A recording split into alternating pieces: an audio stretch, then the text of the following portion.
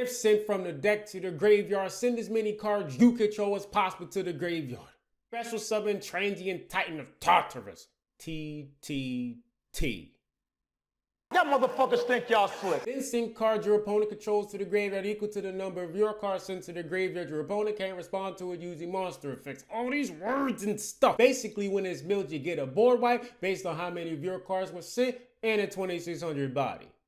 So what? Now for his graveyard effect. When sent there, except from the deck, pitch a card from your hand, send a card on the field to the graveyard. It doesn't trigger tailorment because sending a card to cost, notice the semicolon, but will trigger white baking, and pitching it with that will also trigger this effect. White Prince sends Skull Servant and Lady when sent to the graveyard. White Mare discards itself to possibly put one back in the graveyard. White Princess can send herself to the graveyard, and they all count as Skull Servant, so White Lord has potential to mill TTT.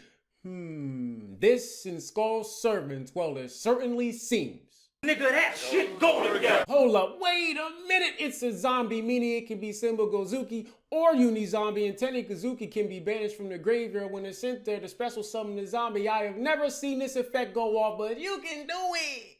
Possibly. One effect per turn only. Once that turn is the least of its problems. The bigger issue is that you have to activate its effect when it's sent from the deck to the graveyard. This is not an option. Now, to be fair, it takes your opponent's cards with it and it can negate it with Ghost Spell, but that doesn't change the fact this effect is mandatory. In other words, You have to.